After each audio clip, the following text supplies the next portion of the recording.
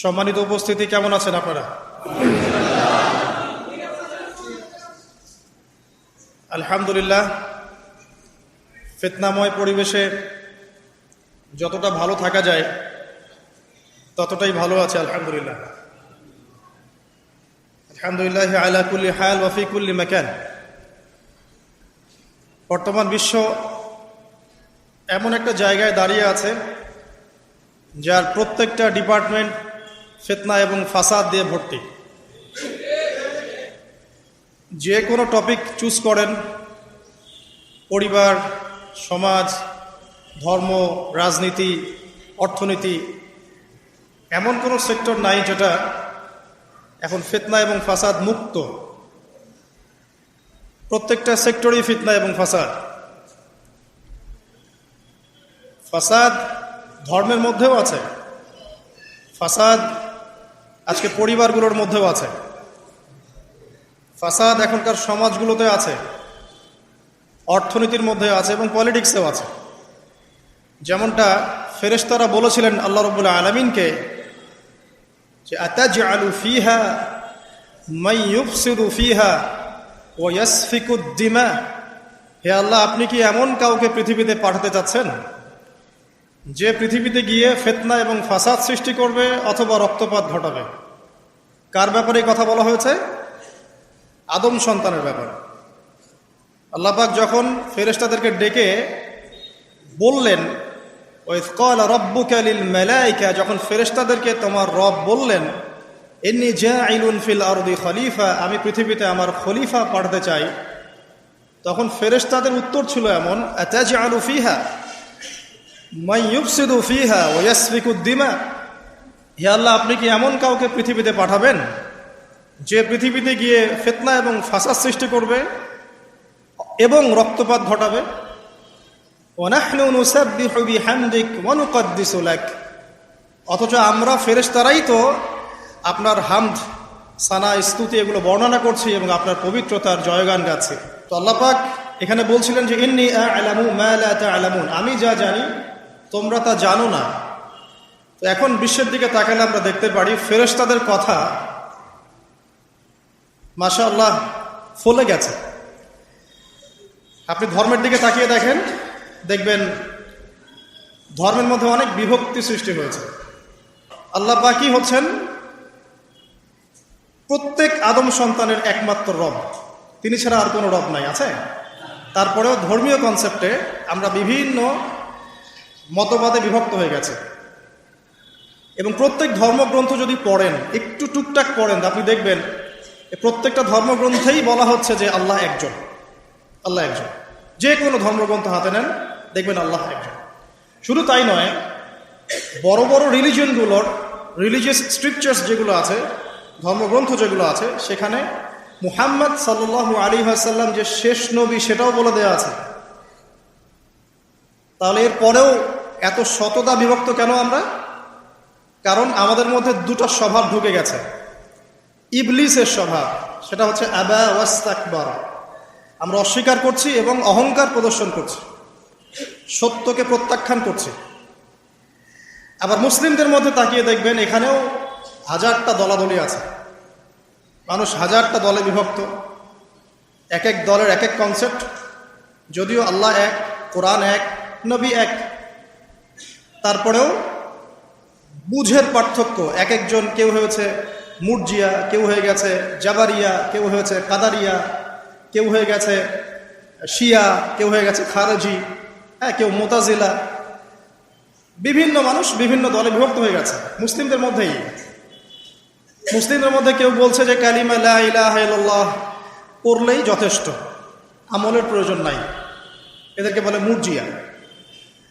মুসলিমদের মধ্যে কিছু মানুষ বলছে কবিরা গুনাহ করলেই তাকে হত্যা করা যাবে, এরা হচ্ছে এই জেনারেশনের বা এই যুগের খাওয়ারেজ, মানে যারা মনে করে কবিরা গুনাহ করলেই মানুষ কাফের হয়ে যায়, তাকে হত্যা করা জায়েজ। এদেরকে পুঁজি করেই ইসলামের নামে সন্ত্রাসবাদী কর্মকাণ্ড ছড়ানো হয়েছে, এই কনসেপ্টের মানুষদেরকে পুঁজি করে। মুসলিমদের মধ্যেই কিছু মানুষ বলছে তাকদির বলতে কিছু নাই, মানুষ নিজেই তার ভাগ্যের নিয়ন্ত্রণ, এদেরকে বলা হয় কাদারিয়া। মুসলিমদের মধ্যে কিছু মানুষ বলছে যে ভাগ্যে যা আছে শুধু তাই হবে, আমার কর্মের কোনো স্বাধীনতা নাই। অদৃষ্টবাদী, এদেরকে বলা হয় জাবারিয়া। মুসলিমদের মধ্যে কিছু মানুষ আলী রাদিয়াল্লাহু আনহুকে নিয়ে বাড়াবাড়ি করছে এবং বড় বড় সাহাবীদেরকে গালি দিচ্ছে। রাফেজি আছে, মুতাজিলা, এরা কেমন? অতি যুক্তিবাদী, যুক্তি দিয়ে যেটা বুঝে আসবে কোরআন সুন্নাহ সেটুকুই গ্রহণ করবে, এর বাইরে যাবে না। মুতাজিলা, এর বাইরে আল্লাহ রাব্বুল আলামিনের শুকরিয়া যে আল্লাহ পাক আহলে সুন্নাহ ওয়াল জামাআহ এই আকীদাটা সমাজে প্রতিষ্ঠিত রেখেছেন, যারা কোরআন এবং সুন্নাহর বাইরে যায় না এবং কোরআন এবং সুন্নাহর সেই বুঝ এবং ব্যাখ্যাটা গ্রহণ করে যেটা আল্লাহর নবী এবং সাহাবীদের পক্ষ থেকে এসেছে। এটা হচ্ছে আহলে সুন্নাহ ওয়াল জামাআহ। এই কথাটা নবী সাল্লাল্লাহু আলাইহি ওয়াসাল্লাম বলেছেন হাদিসে যে মুসলিম উম্মাহ ৭৩টা দলে ভাগ হয়ে যাবে, যার একটা দল মাত্র জান্নাতি, বাকি সবাই জাহান্নামী। এই গেল ধর্মীয় দলাদলির কথা। নৈতিকতার অবক্ষয় দেখেন মুসলিমদের মধ্যেই, দেখেন ম্যাক্সিমাম এখন কিন্তু সুদখোর। হ্যাঁ, তারপরে ঘুষ খাচ্ছি দিব্যি, দুর্নীতি করছি, কোনো সমস্যা নাই। ইভেন অনেক সময় জনগণের টাকা লুটপাট করে খাচ্ছি, কোনো প্রবলেম নাই। রাষ্ট্রীয় সম্পদকে নিজের গনিমত মনে করছি। আমি গতকাল রাতেও এই হাদিসটা আবার পড়েছিলাম। কিয়ামতের আলামতগুলোর মধ্যে এটা অন্যতম একটা, যে রাষ্ট্রীয় সম্পদকে মানুষ নিজের সম্পদ মনে করে খাওয়া শুরু করবে। মানুষ দান সদকা এবং জাকাতটাকে নিজের উপর বার্ডেন মনে করবে। এটা কি বোঝা? জাকাতের বোঝা। এখানে 10টা-12টা কথা আছে। মানুষ খামর মানে মদ, মাআজিফ মানে বাদ্যযন্ত্র, তারপরে জুয়া, তারপরে জিনা, এগুলোকে মানুষ হালাল মনে করবে। হালাল মনে করে নিবে, মদপান করবে, নাম অন্য দিবে। আমানতদার ব্যক্তি হয়ে যাবে খেয়ানতকারী, আর প্রত্যেক খেয়ানতকার ব্যক্তিকে মানুষ মনে করবে আমানতদার। তো নৈতিক অবক্ষয়টা দেখেন যে মুসলিম হিসেবে জন্মগ্রহণ করার পরে, কোরআন সুন্নাহ হাতে পাওয়ার পরেও আমরা এখন সুদ খাচ্ছি দিব্যি। এটা কোনো ব্যাপার না এখন, বরং এমন একটা কনসেপ্ট এখন চলছে যে সুদ না খেলে আবার এই যুগে চলে নাকি? মানে মায়ের সাথে জেনা না করলে কি এই যুগে চলে নাকি? রংপুরের একটা ঘটনা, যে আমি এক ডক্টরের কাছে গিয়েছি, ডক্টর টেস্ট করার জন্য গাড়ি থামিয়েছি, দৌড় দিয়ে একটা ছেলে আসছে, আর দূর থেকে আমাকে দেখেছিল, সে গ্লাসে নক করছে। গ্লাস খুলে বললাম, কি সমস্যা বলেন? তো বলছে, হুজুর জাস্ট আপনাকে দেখে দৌড়ে আসছি একটা খালি মাসআলা জানার জন্যে, যে একটা ঘটনা ঘটেছে আমাদের এলাকায়, এটার সলিউশন কি হবে। অনেককে জিজ্ঞাসা করেছে, অনেক রকম কথা বলেছে, আপনার মন্তব্য জানতে আমি দৌড় দিয়ে এসেছি। কি ঘটনা ভাই? তো বলছে যে আমাদের এলাকায় একজন ছেলে, মাদকাসক্ত ছেলে, মানে এডিক্টেড, ড্রাগ এডিক্টেড, সে তার নিজের মায়ের সাথে জেনা করে ফেলেছে। তো এটা শোনার পরে আমি আসলে কি অ্যান্সার দিব, আমি প্রায় 2 মিনিট চুপ করে বসে আছি। আজ বলবেন কি বলবেন এখন বলেন তো? এই ছেলের এখন করণীয় কি এটা জানতে আসছে, কি করবে এখন সে? 2 মিনিট চুপ করে থাকার পরে আমি খালি একটা কথাই বললাম, যে আল্লাহর কাছে খালেসভাবে তওবা করতে বলেন, এর চেয়ে বেশি কিছু আমার বলার নেই। তো ঘটনাটাকে আপনাদের কাছে কত বিব্রত বোধ হচ্ছে না? অরুচিকর মনে হচ্ছে, খারাপ মনে হচ্ছে, কিন্তু আমরা এখন দিব্যি সুদ খাচ্ছি, মায়ের সাথে জেনাও করছি। খারাপ লাগছে না, বরং যুক্তি দিচ্ছি এগুলো না করলে কি যুগে চলে? মহিলাদের অবস্থা দেখেন, গ্রামে গঞ্জে সব সুদী এনজিও ছড়িয়ে পড়েছে এবং তারা সদস্য, জমি জমা, ভিটে মাটি, গরু ছাগল সব খোয়াচ্ছে, তারপরেও খেতে হয়। কারণ ওই যে আতাজআলু ফীহা মা ইউফসিদু ফীহা ওয়া ইয়াসফিকুদ দিমা, আপনি কি এমন কাউকে পাঠাবেন যে পৃথিবীতে গিয়ে ফাসাদ সৃষ্টি করবে? এটা হচ্ছে ইকোনমিক ফাসাদ, অর্থনৈতিক ফাসাদ। দেখেন, মুসলিম পরিবারে জন্মগ্রহণ করেও ম্যাক্সিমাম মানুষই নামাজ পড়ে না। ম্যাক্সিমাম কতজন মানুষ 5 ওয়াক্ত নামাজ পড়ে, এটা এখন জরিপ করার ব্যাপার।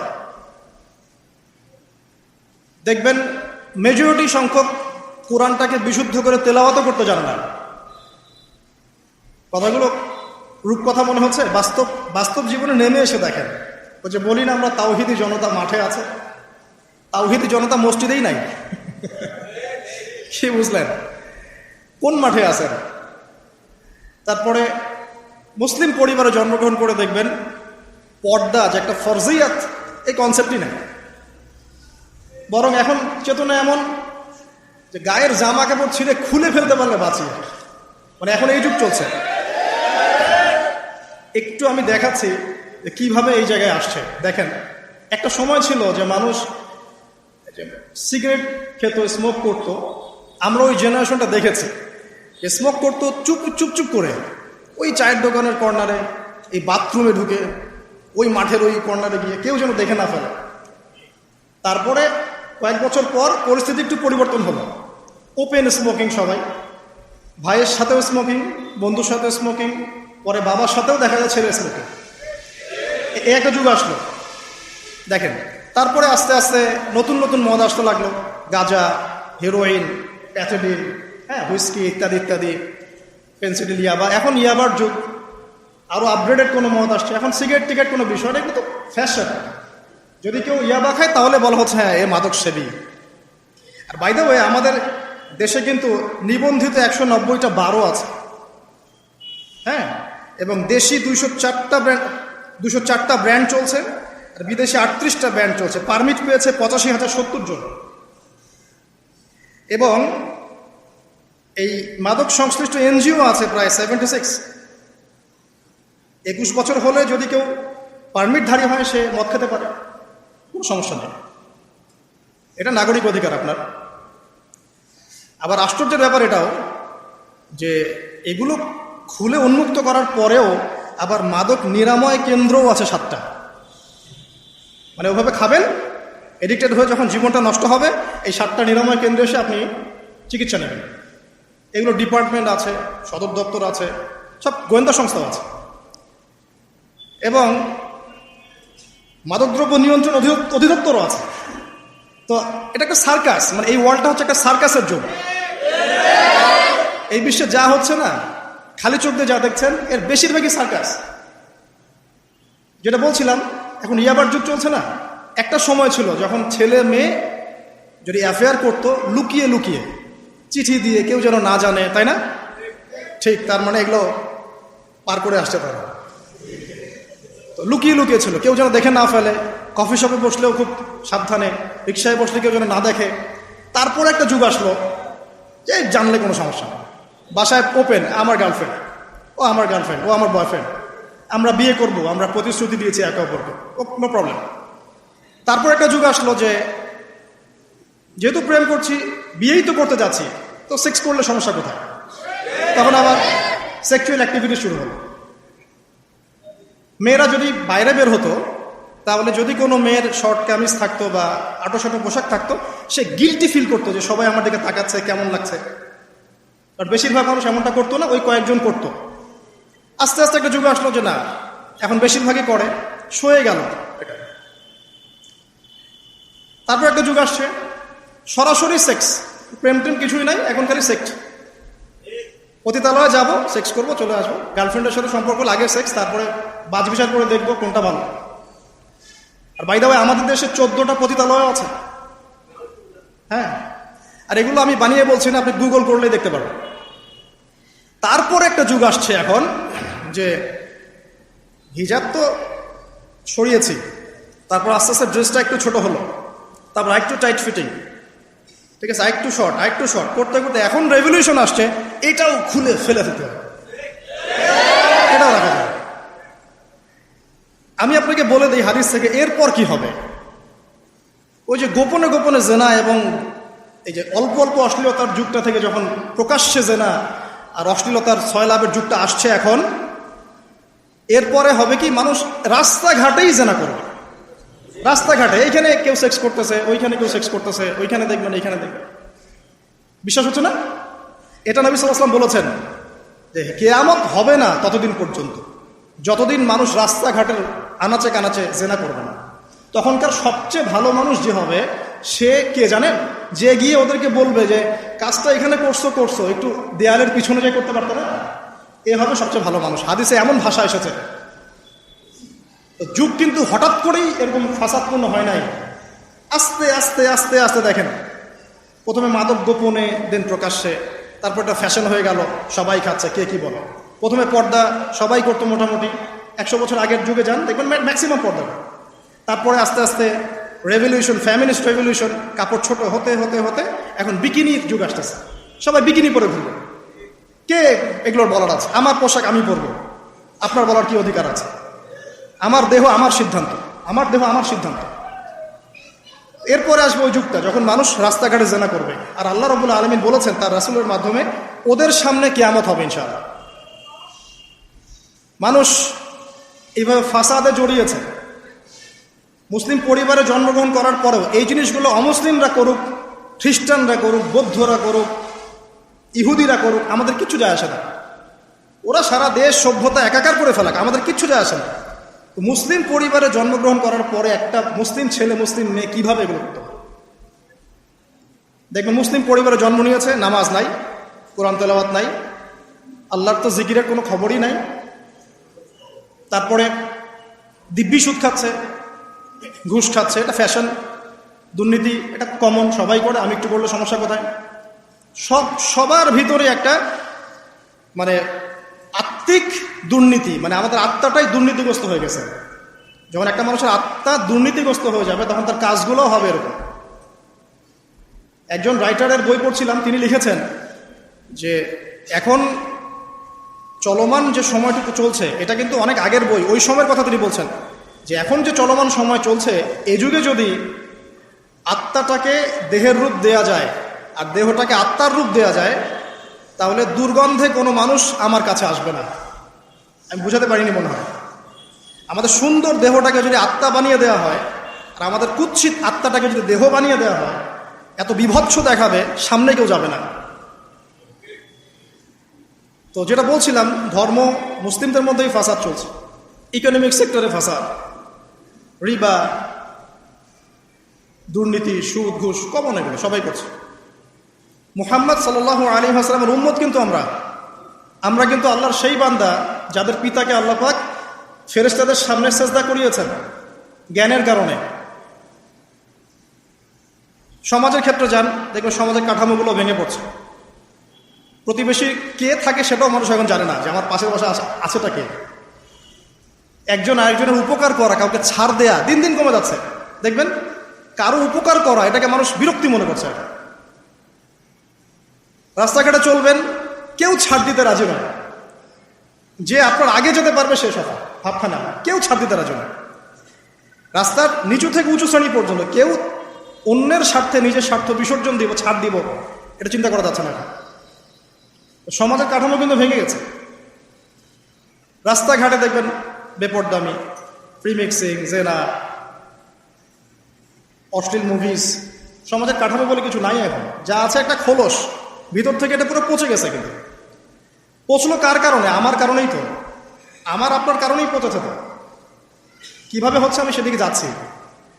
পলিটিক্সে যান, গ্লোবাল অ্যাফেয়ার্সে যান, ফাসাদ আর ফাসাদ। বিশ্ব নিয়ন্ত্রকদের এখন একটাই কাজ, যুদ্ধ বাঁধিয়ে দেওয়া আর অস্ত্র বিক্রি করা। কার কার মাঝখানে যুদ্ধ বাঁধাবে আর কোথায় কোথায় অস্ত্র বিক্রি করবে, এটাই টেন্ডেন্সি, কিচ্ছু না। মানুষের জীবনে কোনো মূল্যই নেই এদের কাছে। একটা বোমে যে ইয়েমেনের হাজার হাজার শিশু মারা যাচ্ছে, কোনো ফিলিংসই নাই। বাচ্চাগুলো মরে গেল, কি হয়েছে? মনে পিঁপড়া ডলে দিলে যেমন মানুষের কোনো ফিলিংস থাকে না, মানুষের জীবনের মূল্য এমন হয়ে গেছে। একে নবী সাল্লাল্লাহু আলাইহি ওয়াসাল্লাম এটা বলেছিলেন যে শেষ জামানে হারাজ বেড়ে যাবে। হারাজ মানে হত্যা। কাতেল যে হত্যাকারী সে জানবে না লিমা কাতালা, কি জন্য সে হত্যা করলো। মাকতুল সে জানবে না যে লিমা কুতিল, কি জন্য তাকে হত্যা করা হলো। আর নিয়ন্ত্রণ শক্তি যারা সমস্ত বিশ্বটাকে ওদের দাসত্বের মধ্যে আনতে চায়। আর এই দাসত্বের পথে একমাত্র বাধা হচ্ছে মুসলিমরা, বাকিরা তো আর বাধা না। এই কারণে মুসলিম সমাজের মধ্যে এগুলো বেশি বেশি ছড়িয়ে দেওয়া হয়েছে, পর্ন, জিনা, মাদক, এটা সেটা, যাতে করে মুসলিমদের আধ্যাত্মিক যে শক্তিটা এটা না থাকে। যখন আপনার কাছে আধ্যাত্মিক কোনো শক্তি থাকবে না তখন আপনি পরাজিত। তো সুদ ছড়িয়ে দিচ্ছে সারা ওয়ার্ল্ডে। সুদ কি আর বাংলাদেশ থেকে এসেছে? সুদ পশ্চিম থেকে আসছে। পর্নোগ্রাফি কি বাংলাদেশ থেকে আসছে? পশ্চিম থেকে আসছে। পৃথিবীর প্রথম পর্ন যে মুভি, এটা তৈরি করেছে ব্রিটেন, আমেরিকা। 7 মিনিটের ক্লিপস, ক্যালিফোর্নিয়া শুট করা হয়েছে, এবং তারপর আস্তে আস্তে সারা ওয়ার্ল্ডে ছড়িয়ে দেওয়া হয়। সারা বিশ্বে এই পর্নের বিজনেস হয় $97 বিলিয়ন প্রতি বছর, যার মধ্যে $12 বিলিয়ন প্রফিট করে আমেরিকা। খোলামেলা কথাগুলো, এটা ইন্ডাস্ট্রি একটা। এটা দিয়ে মুসলিম যুবকদের নৈতিক চরিত্রটাকে শেষ করে ফেলা হচ্ছে। আমাকে খুব ভালো মনে হচ্ছে, আপনাকে খুব ভালো মনে হচ্ছে, অমুক হুজুরকে খুব ভালো মনে হচ্ছে। চোখে এসব পড়ে নাই এমন একটা মানুষ খুঁজে পাওয়া যাবে না এই যুগে, এটা আমার বক্তব্য। ইল্লা মাশাআল্লাহ, ইল্লা মাশাআল্লাহ। যদি এমন কেউ থেকে থাকেন যে এইসব মানে কি বলবো, ইন্টারনেট সেকশনের সাথে কোনো সম্পর্কই নাই, তার ব্যাপারটা হয়তো ভিন্ন। বাকি সবার চোখে এগুলো পড়ছে এবং এটা কমন। এবং এগুলো কিন্তু দিন দিন গ্রামে বাড়ছে বেশি। কারণ কি, শহরের মানুষ এগুলো দেখতে একটু অভ্যস্ত যে মেয়েরা এমনিই হাঁটে, অমনেই হাঁটে, এরকমই ড্রেস পরে। আর গ্রামে তো এইসব কম ছিল। যখন গ্রামে এই পর্ন চলে গেছে, তখন গ্রামের যুবককে আর কে ঠেকায়। এখন সে প্রতিদিন দেখা যাচ্ছে গ্রামে গঞ্জে ধর্ষণ বাড়ছে। মেয়ে ওর কাছে একটা ভোগের বস্তু, ওষুধ তো আর দমন করতে পারছে না, আক্রমণ। আর এসবের যেহেতু ইসলামিক কোনো বিচার হচ্ছে না, ইসলামিক লস কেমন, যে একজন চুরি করেছে, জুমার দিন নামাজ হবে, নামাজের পরে সমস্ত এলাকার লোকজন দাঁড়িয়ে থাকবে, সমস্ত এলাকার লোকজনের সামনে তার হাতটা কেটে ফেলে দেওয়া হয়। এলাকার সব লোক দেখবে চুরি করলে এই শাস্তি হয়, ভয় আর চুরি করতে যাবে। কেউ কাউকে অন্যায়ভাবে হত্যা করেছে, তারও কেসাস করতে হবে, এবং সেটা সবাই জানবে যে ও হত্যা করেছে, এ তাকে কেসাস করেছে। কেউ কারো চোখ উপড়ে ফেলেছে, ওরও চোখ। কেউ কারো হাত ভেঙে ফেলেছে, ওরও হাত। হাতের বদলে হাত, চোখের বদলে চোখ, কানের বদলে কান, কেসাস। ধর্ষণ করেছে, জনসমক্ষে সবার সামনে নিয়ে এসে দেনান কোর্ট বসে সাক্ষী প্রমাণ নিয়ে মৃত্যুদণ্ড। সবাই দেখবে যে মৃত্যুদণ্ড। প্রয়োজনে এই যে প্রজেক্টর লাগিয়ে দেখা, এই যে এই কাজ করেছে, এই শাস্তি। রাস্তাঘাটে ইফটিজিং হচ্ছে, মোবাইল কোর্ট থাকবে, ইফটিজিং হচ্ছে, রিপোর্ট প্রমাণ ধরা হবে, সাথে সাথে বিচার। এরকম একটা মাস করলে পরে দেখবেন অপরাধের মাত্রা বাড়ে না কমে। আল্লাহর কসম করে বলছি, এটা ইনশাআল্লাহ 80% কমে যাবে ইনশাআল্লাহ। কিন্তু এটা করলে কি হবে জানেন? ওই যে পশ্চিমে বসে আছে বিশ্ব নিয়ন্ত্রণ সংস্থা, ওরা বলবে যে এই স্টেটের দিকে নজর রাখ, এরা মৌলবাদী হয়ে যাচ্ছে, এরা সন্ত্রাসী হচ্ছে, মানবাধিকার লঙ্ঘন করছে, ইত্যাদি ইত্যাদি। অর্থাৎ তুমি মিয়া সারা বিশ্বের মধ্যে লাখ লাখ মানুষকে বোম মেরে হত্যা করে দাও, তোমার মানবাধিকার লঙ্ঘন হয় না? সবখানেই ফাঁসা। হকটাকে মানুষ বাতিল মনে করছে, বাতিলকে মানুষ হক মনে করছে। সত্যবাদী তাকে মিথ্যাবাদী বলা হচ্ছে, মিথ্যাবাদীকে সত্যবাদী বলা হয়। এখানে মুসলিমদের জীবনের মূল্য কমে গেছে। ওদিকে আর লম্বা করছি না, আমি আমার লেকচারের মূল জায়গায় আসছি। এখান থেকে আমি লেকচার একটা দিকে ফোকাস করে আমি শেষ করব। সেটা হলো, এই সমস্ত প্রবলেমসগুলো আমাদের পক্ষে সলভ করা সম্ভব না। এখন সলভ করার মতো ক্ষমতা আমাদের নাই, অনেক ক্ষেত্রে আমাদের সেই জ্ঞানও নাই, এগুলো নিয়ে ভাবার সময়ও নাই। কিন্তু একটা জায়গায় আমরা ফোকাস করতে পারি, একটা জায়গায়। আজকের লেকচারের এটা সবচেয়ে মূল জায়গা। সেটা হচ্ছে আল্লাহ পাক আমাদেরকে স্ব পরিবার দিয়েছেন, তাই নাই? এবং এই পরিবারটা হচ্ছে একটা সমাজের গঠন একক। আমরা পড়েছি না, গঠন একক। একটা জিনিস, একটা কোষ, তার মধ্যে গঠন একক আছে না, অণু পরমাণু আছে না। সমাজ হচ্ছে, সমাজের অণু বা পরমাণু হচ্ছে পরিবার। একটা সমাজে যদি 100টা পরিবার থাকে, তার মধ্যে যদি 90টা পরিবার সৎ হয়, আল্লাহওয়ালা হয়, ইসলামিক অনুশাসন মেনে চলে সত্যিকার অর্থেই, ইনশাল্লাহ ওই সমাজটা কিন্তু দেখবেন 8-10টা সমাজের চেয়ে ভালো থাকবে ইনশাল্লাহ। আর একটা সমাজে মনে করেন 100টা পরিবার আছে, 90টাই ইসলামের বিরোধী শক্তি, ইসলামের এগেনস্টে চলে, ইসলামের কোনো পরোয়া নাই, আল্লাহ পাকের হুকুম মাহকামের 5 পয়সা পরোয়া নাই। ওই সমাজের অবস্থা নিঃসন্দেহে দুনিয়াতেও ধ্বংস হবে, আখিরাতেও ধ্বংস হবে। আর এই সমাজগুলোকে নিয়েই তো একটা রাষ্ট্র হয় নাকি? আর এইভাবে রাষ্ট্র নিয়েই তো বিশ্ব। তাহলে ক্ষুদ্রতম যে জায়গাটা, সেটা কি? পরিবার। এই জায়গায় আল্লাহ পাক আপনাকে কর্তৃত্ব দিয়েছেন। এখানে কিন্তু আপনার উপর লাঠি কেউ ঘোরাচ্ছে না। আপনি অ্যাজ এ বাবা, আপনি পরিবারের কর্তা, অ্যাজ এ স্বামী আপনি পরিবারের কর্তা, ভাই আপনি পরিবারের কর্তা। আমাদের প্রথম স্টার্টিংটা এই ফ্যামিলি থেকে করা উচিত। তো আল্লাহ পাক এই বিষয়ে কি বলছেন আমি একটা বলে সামনে যাই। আল্লাহ পাক সূরা তাহরিমের মধ্যে 6 নম্বর আয়াতে বলেছেন যে ইয়া আইয়ুহাল্লাযীনা আমানু, হে মুমিনগণ, আমাদেরকে আল্লাহ পাক বলছেন হে মুমিনগণ, কু আনফুসাকুম ওয়া আহলিকুম নার, তুমি নিজে জাহান্নামের আগুন থেকে বাঁচো। আগে নিজের চটকায় তুমি তেল দাও, নিজে জাহান্নামের আগুন থেকে বাঁচো। ওয়া আহলিকুম নার, তোমার যে পরিবারবর্গ আছে এদেরকে জাহান্নাম থেকে বাঁচাও। এই বাঁচানোটা কেমন দেখেন, আপনাদের বাসায় ছোট ছোট বাচ্চা কাচ্চা আছে না? আছে তো। একটা বাচ্চা যদি আগুন ধরতে যায়, ধরেন ও বোঝে না যে আগুন কেমন হবে, ছোট বাচ্চা কয়লা ধরতে যাচ্ছে, হ্যাঁ, আগুন হাত দিতে যাচ্ছে, তো আপনি কি করবেন? আপনি তাকে সেভ করার চেষ্টা করবেন। সে যদি বলে না আমাকে ছেড়ে দাও আমি ধরবই, আপনি প্রয়োজনে একটা থাপ্পড় দিয়ে হলে সরাবেন এখানে, তাই না? এটা হচ্ছে বাঁচানো। আপনি আপনার শিশুটাকে এই যে হাতে আগুন নেওয়া থেকে বাঁচালেন। আল্লাহ পাক এটা বলছেন নিজে বাঁচো, পরিবারবর্গকেও বাঁচাও। পরিবারবর্গ যদি শুনতে না চায়, না আমি জেনা করব না, আমি গান শুনবো না, আমি মদ খাবই, হ্যাঁ, না আমি এইটা করবো ওইটা করবো, যদি আপনি বুঝে থাকেন যে আপনার কথাটা হক, শাসন করে হলেও তো তাকে বারণ করতে হবে। এখানে আল্লাহ পাকের নসিহত হচ্ছে তোমরা নিজেরা জাহান্নামের আগুন থেকে বাঁচো, পরিবারবর্গকে বাঁচাও। কোন জাহান্নাম থেকে বাঁচবে? আলাইহা মালাইকাতুন গিলাজুন শিদাদ, যেই জাহান্নামে কঠিন কঠিন মনের ফেরেশতারা আছে, পাষাণ মনের ফেরেশতা। আল্লাহ পাক তাদের মনের মধ্যে কোনো দয়া মায়া দেন নাই। আমাদের মনে দয়া মায়া আছে না? এই দয়া মায়াও আল্লাহ পাক তাদেরকে দেন নাই। শুধু আযাব দেওয়ার মতো শক্তি সামর্থ্য এবং কঠিন একটা মন দিয়েছেন। অন্য সূরায় আছে তাদের সংখ্যা 19 জন। কতজন? 19 জন, মানে তারা দায়িত্বশীল। বাকি আর যে কত হাজার লক্ষ কোটি আছে আল্লাহ ভালো জানেন। আলাইহা তিসআতা আশার, আল্লাহ পাক বলেছেন। তো আলাইহা মালাইকাতুন গিলাজুন শিদাদ লা ইয়াসুনাল্লাহা মা আমারাহুম ওয়া ইয়াফআলুনা মা ইউমারুন। আল্লাহ পাক ওই ফেরেশতাদেরকে যে আদেশ করেন সেই আদেশ পালনে তারা বিন্দু মাত্র গাফেলতি করে না। এই সব ফেরেশতা থেকে যারা জাহান্নামের প্রহরী, এই জাহান্নাম থেকে তুমি নিজে বাঁচো, তোমার পরিবারকে বাঁচো। এই জায়গায় আসে। এখন তোমরা যারা এখনো ফ্যামিলি শুরু করো নাই, যুবকদেরকে বলছি, তাদের জন্য এই অংশটুকু বেশি বেনিফিশিয়াল হবে ইনশাআল্লাহ। আর তোমাদের জন্য পথ চলাটা তুলনামূলক সহজ তাদের চাইতে যারা অলরেডি ফ্যামিলি ঢুকে গেছেন এবং বিপদেও পড়ে গেছে, বা বড় হয়ে গেছেন, দীর্ঘ সময় পর্যন্ত আপনার ইসলামের এগেনস্টে চলেছেন বা আল্লাহর হুকুম আহকামের তোয়াক্কা করেন নাই, তাদের জন্য এটা অনেক কঠিন। কিন্তু যারা এখনো ফ্যামিলি স্টার্ট করো নাই বা কেবল স্টার্ট করেছো বা করতে যাচ্ছ, তোমাদের জন্য এই অংশটুকু বেশি ইম্পর্টেন্ট। আল্লাহ পাক এখানে একটা মূলনীতি দিয়ে দিলেন, নিজে বাঁচতে হবে, পরিবারবর্গকে বাঁচাতে হবে। আর আমি আগেই বললাম পরিবার বাঁচলে সমাজ বাঁচবে, সমাজ বাঁচলে রাষ্ট্র বাঁচবে।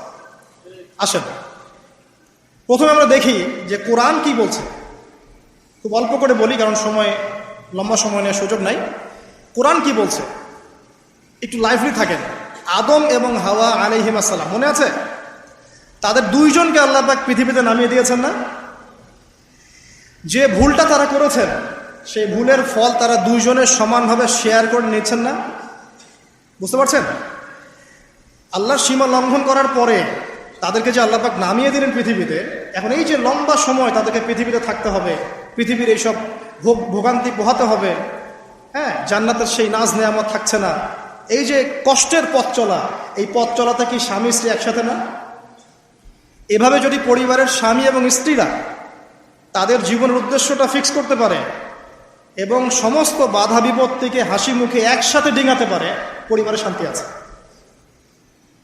যদি না পারে তাহলে বুঝবেন যে সে আদর্শ স্বামী ছিল না অথবা সে আদর্শ স্ত্রী ছিল না। এখান থেকে শিক্ষা হচ্ছে দুইজনের জীবনের উদ্দেশ্য একই রকম হতে হবে, দুইজনের লাইফের মিশন সেম হতে হবে, তখন আপনি পরিবারে শান্তি পাবেন ইনশাআল্লাহ।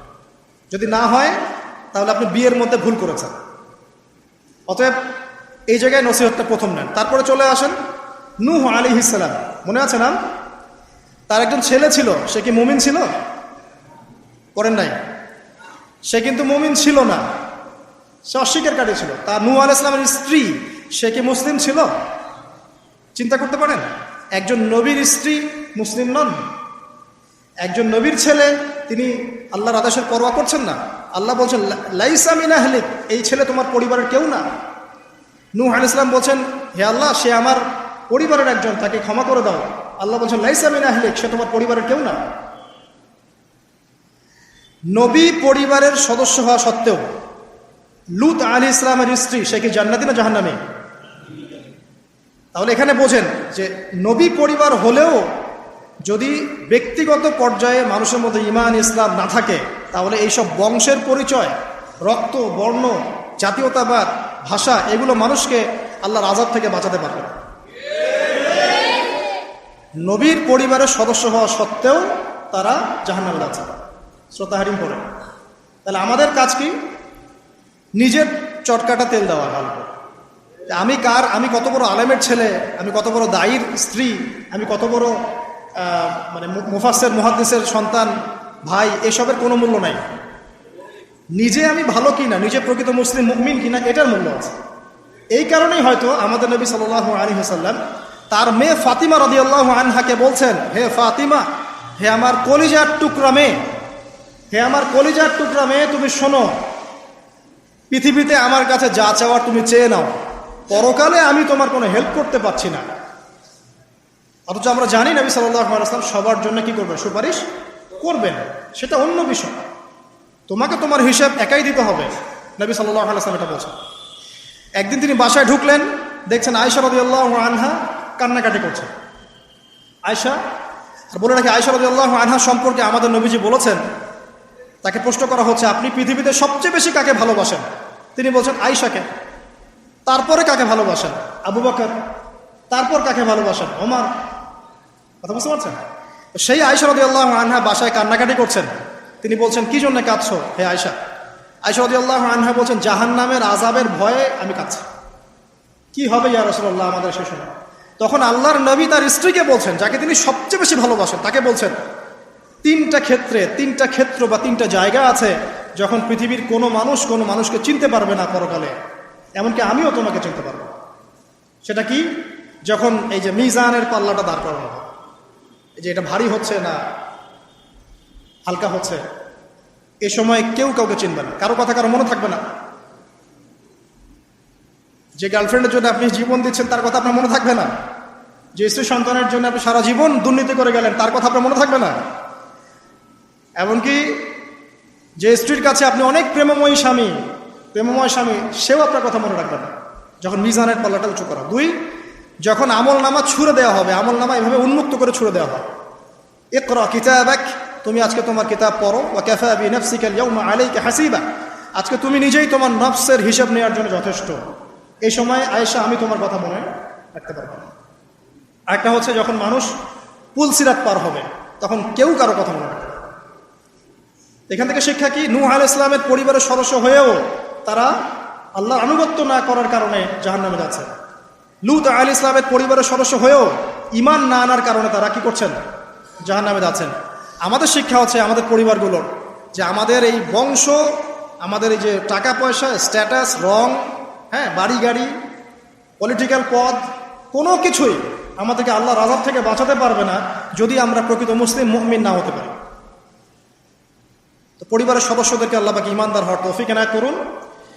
এবার আসেন সামনে, আরো সামনে যান। দেখেন ওই যে ইব্রাহিম আলাইহিস সালাম, দেখেছেন? মনে আছে? বাবা হচ্ছে ওই সমাজের সবচেয়ে বড় লিডারের ডান হাত, নমরুদের ডান হাত। সে হচ্ছে মূর্তি পূজারীদের সর্দার, মানে মূর্তি সে বানাতো, স্ট্যাচু মেকার। ইব্রাহিম আলাইহিস সালামকে আল্লাহ পাক ওই ঘরেই জন্ম দিয়েছেন যেখানে তার বাবা একজন শিরকের কাণ্ডারী। ইব্রাহিম আলাইহিস সালাম তাকে বোঝানোর চেষ্টা করলেন, বাবা এটা শিরক, এটা শয়তানের কাজ, এখান থেকে ফিরে আসো, আমি তোমার জন্য আল্লাহর কাছে দোয়া করবো ইত্যাদি। বাবা তার কথা শুনলো না। এটা তো এমন না যে তিনি শুধু একবার বলেছেন, তিনি হয়তো বলতেই ছিলেন, কিন্তু তিনি বললেন সালামুন আলাইক, বাবা আপনার উপর শান্তি বর্ষিত হোক, হ্যাঁ আমার আব্বা আপনার প্রতি শান্তি বর্ষিত হোক, আমি আল্লাহর কাছে আপনার জন্য দোয়া করব। পরে যখন আল্লাহ পাক তাকে বললেন যে কোনো মুশরিকের জন্য তোমার দোয়া করার স্বভাব পাবে না, তখন থেকে ইব্রাহিম আলাইহিস সালাম দোয়া করা বন্ধ করবে। এখানে দেখেন ছেলে, একজন যুবক ছেলে, তার মধ্যে ঈমান এসেছে, সে তার পরিবারের চলমান শিরকের বিরুদ্ধে কথা বলছে, প্রয়োজনে সে সেখান থেকে স্কিপ করেছে, তাকে বের করে দেওয়া হয়েছে, সে চলে গেছে, তারপরেও কিন্তু তাওহীদের সাথে শিরকের আপোষ করে নাই।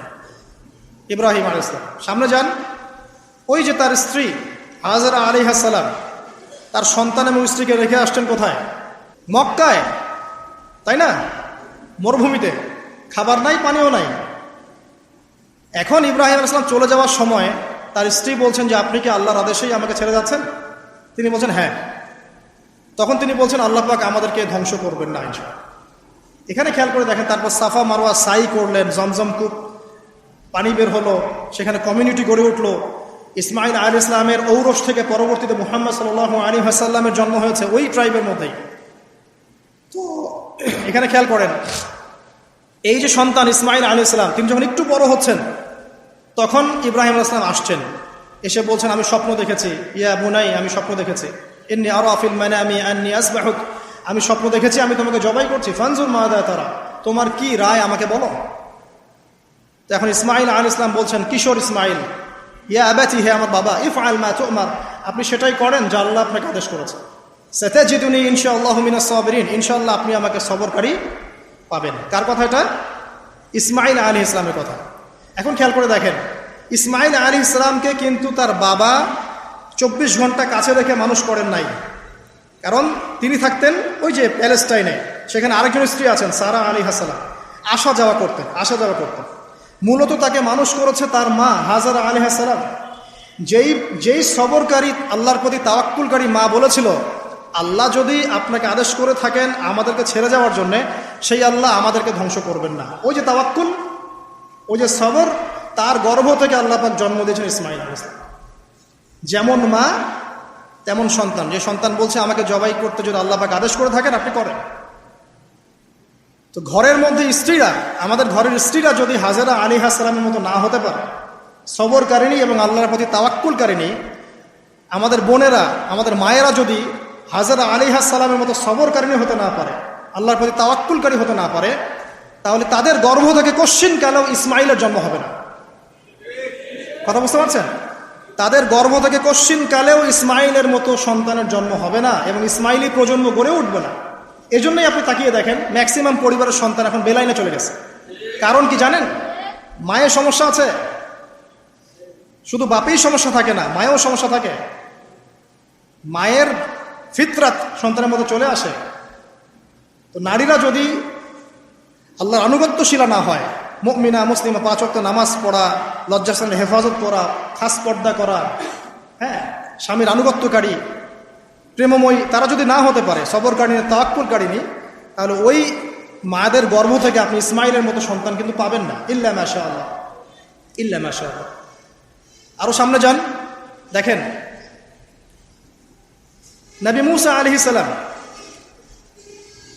একজন ব্যক্তিকে একটা ঘুষি দিয়েছেন, সেই ব্যক্তি ওইখানে স্পট ডেড। আর ফেরাউনের লোকজন তাকে ধাওয়া করছে। মুসা আলাইহিস সালাম মিশর থেকে চলে গেলেন মাদিয়ান নামক জায়গায়। মাদিয়ানে আরেকজন নবী আছেন, তার নাম হচ্ছে শুআয়ব আলাইহিস সালাম। সেখানে গিয়ে তিনি গাছের নিচে বসে আছেন। দেখলেন দুজন মেয়ে দূরে দাঁড়িয়ে আছে, পানি নেয়ার মতো চান্স পাচ্ছে না। ওই কওমের লোকজনের শক্তি বেশি, তো তিনি একটু শক্তিশালী ছিলেন, মুসা আলাইহিস সালাম। তিনি গেলেন, গিয়ে শক্তি খাটিয়ে ওদেরকে পানির ব্যবস্থা করে দিলেন। দিয়ে আবার সেই গাছের এখানে এসে বসলেন, বসে আল্লাহর কাছে দোয়া করছেন, রব্বি, হে আমার রব, লিমা আনজালতা ইলাইয়া মিন খাইরিন ফাকির। এখানে কিন্তু তার কোনো গৃহ নাই, থাকার জায়গা নেই, খাওয়ার কিছু নাই, কোনো পরিচিত কেউ নাই, একদম নিঃস্ব, শূন্য হাতে হাত উঁচু করে আল্লাহর কাছে বলছেন, রব্বি ইন্নী লিমা আনজালতা ইলাইয়া মিন খাইরিন ফাকির। হে আল্লাহ, আপনি আমার উপর যে অনুগ্রহটা বর্ষণ করবেন, আমি এর জন্য ভিখারি হয়ে বসে আছি। এবার আল্লাহ পাক ওই একটা মেয়েকে পাঠালেন। ওই মেয়েটা আসলো লাজুক ভঙ্গিতে, লজ্জাশীলতা, চোখ নিচু করে। এই যে এখনকার এই যে ব্লাউজ ছাড়া শাড়ি পরা জেনারেশন না, এরা চক্ষু নিচু করে আসলেন। এই হাঁটাটাকে আল্লাহ পাক প্রশংসা করেছেন, সে লজ্জাশীলতার সাথে হেঁটে আসলো, এসে মুসা আলাইহিস সালামের সামনে দাঁড়িয়ে চক্ষু নিচু করে বলল যে আমার বাবা আপনাকে ডাকছেন, আমার বাবা আপনাকে ডাকছেন। এই লজ্জাশীলতা মেয়েদের মধ্যে কোথায় পাবেন এখন? একটা হাদিস আছে, যখন তোমার মধ্যে লজ্জা থাকবে না, তোমার দ্বারা যে কোনো পাপ করা সম্ভব। হাদিস আছে, যে কোনো পাপ করা সম্ভব। বিকিনি পরেও কয়দিন পর ঘুরবে এরা, আমি বলে দিচ্ছি, দেখে নিয়েন ইনশাআল্লাহ। এবং এই আন্দোলন করতে করতে এক পর্যায়ে এমন একটা অবস্থা হবে, দেখবেন যে ওটা পরেও রাস্তায় ঘুরছে। মানে ওরা দেশটাকে ওই আমেরিকান এবং ব্রিটেনদের পশ্চিমা সংস্কৃতির রঙে সাজাতে চায়। আর এই নোংরা অসভ্যতার নাম দিয়েছে প্রগতিশীলতা। শয়তান অনেক বেশি প্রগতিশীল ছিল এবং এখনো আছেও। ওই মেয়ের হেঁটে আসাটাকে আল্লাহ প্রশংসা করছেন। আসার পরে তিনি যখন বলছেন আমার বাবা আপনাকে ডাকছেন, তিনি গেলেন, তখন ওই শুআয়ব আলাইহিস সালাম বলছেন যে আমার এই দুই মেয়ের মধ্যে একজনকে আমি তোমার সাথে বিয়ে দিতে চাই। মুসা আলাইহিস সালাম সেখানে বিয়ে করলেন। শর্ত হচ্ছে 8 থেকে 10 বছর তাকে তার ফার্মে চাকরি করতে হবে, কৃষিকাজ মানে গবাদি পশুর, এখানে 8 থেকে 10 বছর তাকে সার্ভিস দিতে হবে, এটাই মোহর। তো এটা আমি এখন বুঝি যে মুসা আলাইহিস সালামকে আল্লাহ পাক এই যে রাখালির কাজ করিয়েছেন কেন জানেন? কারণ এই কাজগুলো মানুষের ধৈর্য বাড়ায়। মুসা আলাইহিস সালামকে পরে আল্লাহ পাক বড় একটা দায়িত্ব দিবেন, এই কারণে তাকে ট্রেনিং দিচ্ছেন এখানে। তাকে আরো বড় একটা জাতিকে সামলাতে হবে যারা আরো অনেক বেশি উদ্ধত, অনেক বেশি গবাদি পশুর মতো। তারা কারা? ওই যে বনু ইসরাঈল। চোখের সামনে দেখলো আল্লাহ পাক ফিরআউনকে ডুবিয়ে দিলেন, তারপরে 40 দিনের মধ্যে আবার শিরক করা শুরু করে দিল। আমাদের নবী মুহাম্মদ সাল্লাল্লাহু আলাইহি সাল্লামকে একজন কষ্ট দিয়েছিল।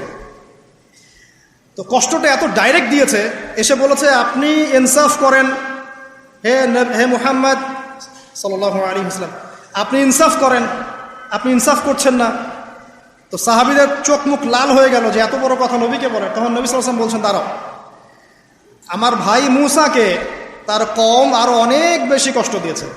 মানে মুসা আলাইহিস সালামের কষ্টের কথা চিন্তা করে আমাদের নবী সান্ত্বনা নিচ্ছেন, যেটা তো কিছুই না। মুসা আলাইহিস সালামকে তার কওম আরো অনেক বেশি কষ্ট দিয়েছে। তো এই কওমকে সঠিক পথে চালানোর জন্য আল্লাহ পাক 8 বছর তাকে রাখালি করিয়েছেন। আপনারা জানেন কিনা জানি না যে বেশিরভাগ নবী কিন্তু কৃষিকাজ করেছেন, এটা জানেন? তো যারা কৃষিকাজ করছেন আপনারা এখানে নিজেকে হীনমন্যতায় ভোগার, ছোট মনে করার কোনো সুযোগ নাই।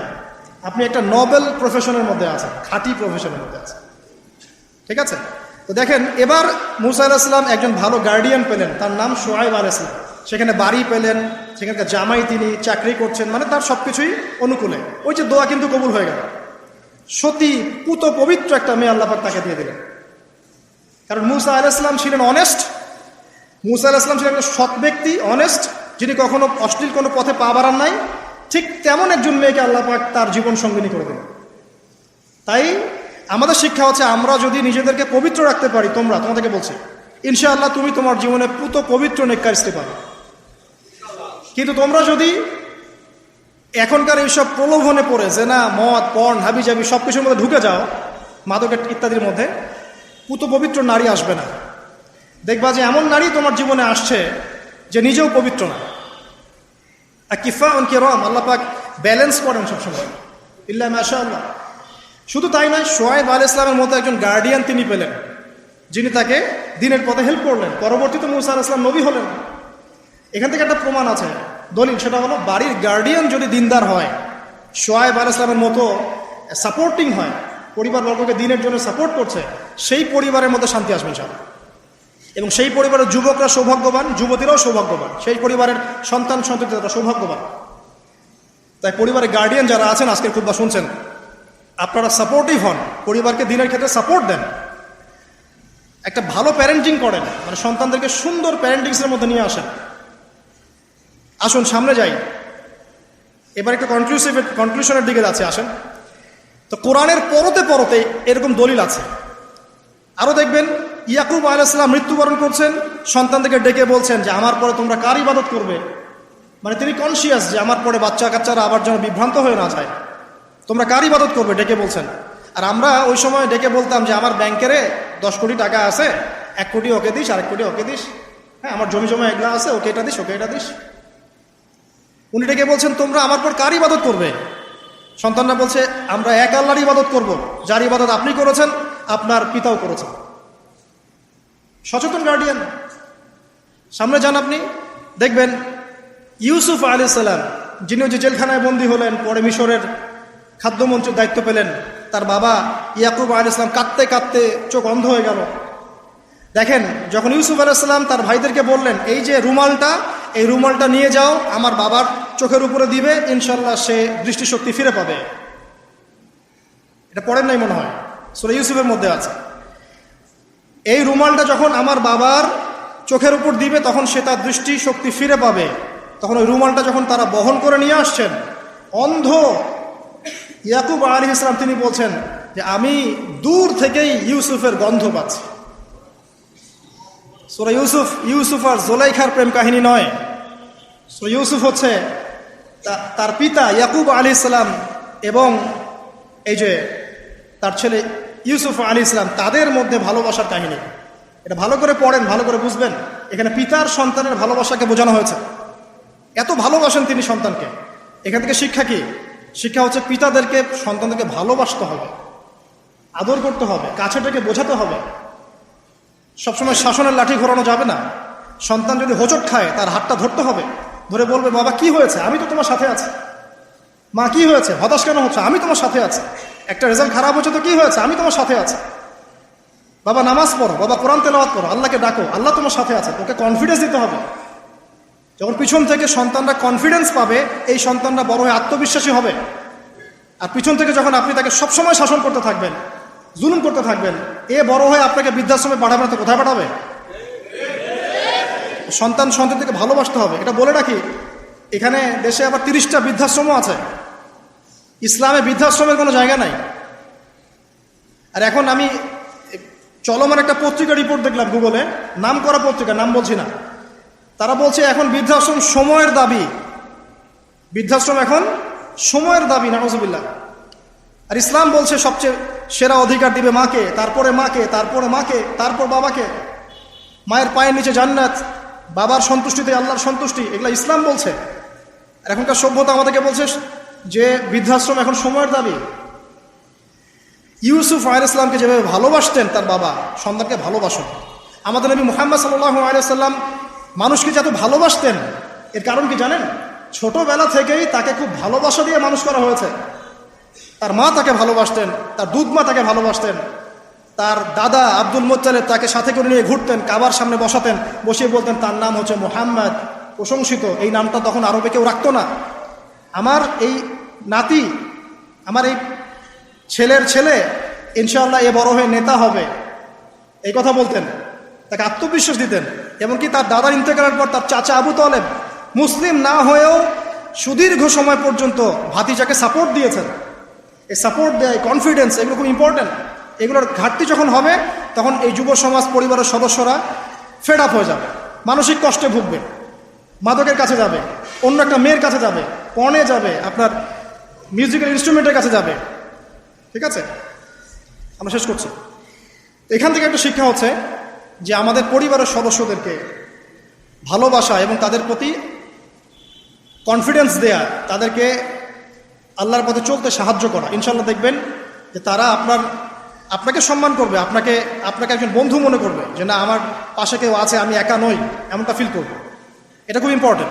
শেষ করার আগে এই যে কোরআনিক কিছু আমি জাস্ট এক্সাম্পল দিলাম, বিচ্ছিন্ন এক্সাম্পল যে কোরআনে এইভাবে আসছে। এছাড়া লোকমান আলাইহিস সালামের ঘটনায় আপনি পাবেন সূরা লোকমানের মধ্যে সন্তানকে ডেকে কত নসিহত করছেন। বাবা শিরিক করো না, সৎ কাজে আদেশ করো, অসৎ কাজে নিষেধ করো, পিতামাতার খেদমত করো।